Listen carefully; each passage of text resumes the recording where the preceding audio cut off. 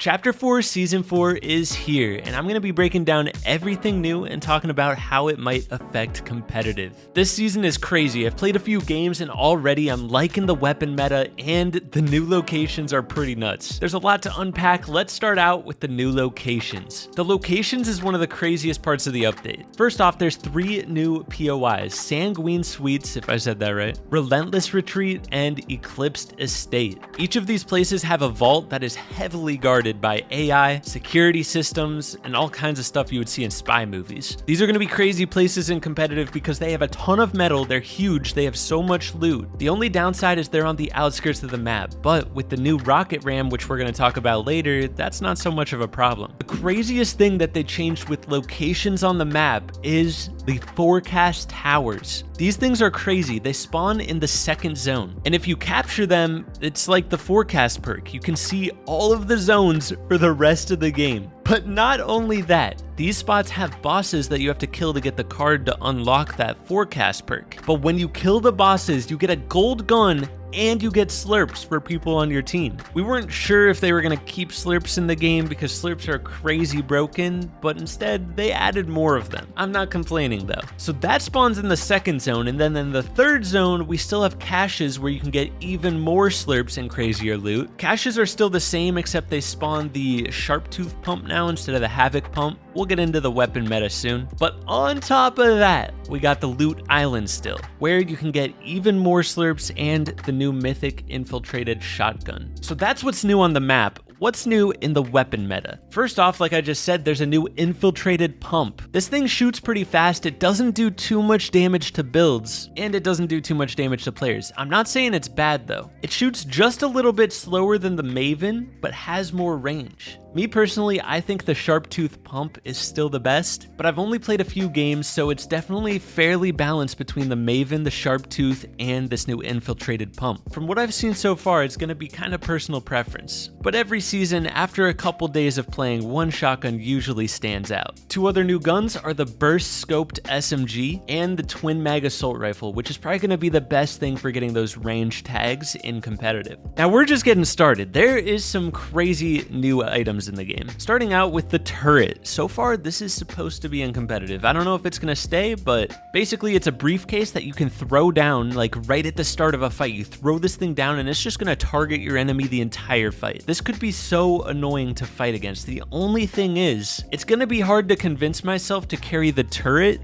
over the rocket ram. This is the new movement item. It kind of reminds me of a hammer because it breaks so many builds while you use it. This thing launches you so far and you can guide yourself while you're in the air. But be careful because if you use this when you're boxed up, it breaks the builds around you. I've found that if you make 2 boxes when you're about to use this thing, like let's say you're in endgame, you're in 2 boxes, you start out by standing in that back box and then walk into the front box. This will make it so that you're still protected from the front, but you still gotta be careful because people might be behind you. But this thing is crazy, bro. Like for example, here, this guy was above me and I used this and just launched straight up at him and it launched him into the air and he died to fall. So imagine there's people on high ground in endgame. This is going to be just the most broken takeout for people on high ground. Honestly, I don't even imagine people playing high ground too much anymore this season. It's gonna be tough. There's also mini crash pads. I got this once and honestly, it just cannot even compare to the rocket ram, and there's shockwaves which aren't in competitive. The one other new thing in the loot pool is these heist bags. These are kind of like super chests. They can give you crash pads, C4, rocket ram, other things. So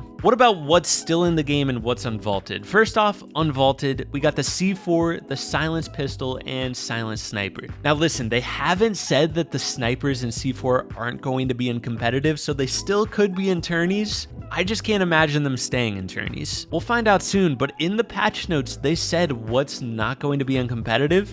And at the moment, these were not on the list. So we'll have to wait and find out if they change their mind. Still in the game, we got the Sharp Tooth, like I said earlier, the Maven, like I said earlier, Havoc AR, DMR, Combat SMG, Exotics. So the Exotic Breacher, the Exotic Maven, all those guns are still in, and Shockwaves. Lastly, they brought back a ton of Mythics, some of which are not going to be in competitive, but there's the Mythic Midas Drum Gun, the Mythic Boom Bow, the Mythic Chug Jug, mythic Kit's Charge Shoddy, the one that does over 200 damage. The Kit's Shockwave Launcher, that's not going to be in competitive. Also the mythic Ray Gun, not in competitive. The MK7 and the Twin Mag SMG. All of these mythics are back and you can get them at the vault locations. Pretty crazy. That's it for the loot pool. There's a ton of change-ups and there's so much loot on the map. It's actually crazy. At the moment, this meta feels pretty balanced and it's honestly going to come down to personal preference for what guns you use. But in a tournament where there's Storm Surge, you're obviously going to want to carry that Twin Mag Assault Rifle. But me personally, I'm so far liking the Sharp Tooth Shotgun and Burst Scoped SMG combo. But like I said, this season it feels a lot more like personal preference and there's not going to be one thing that really stands out from another.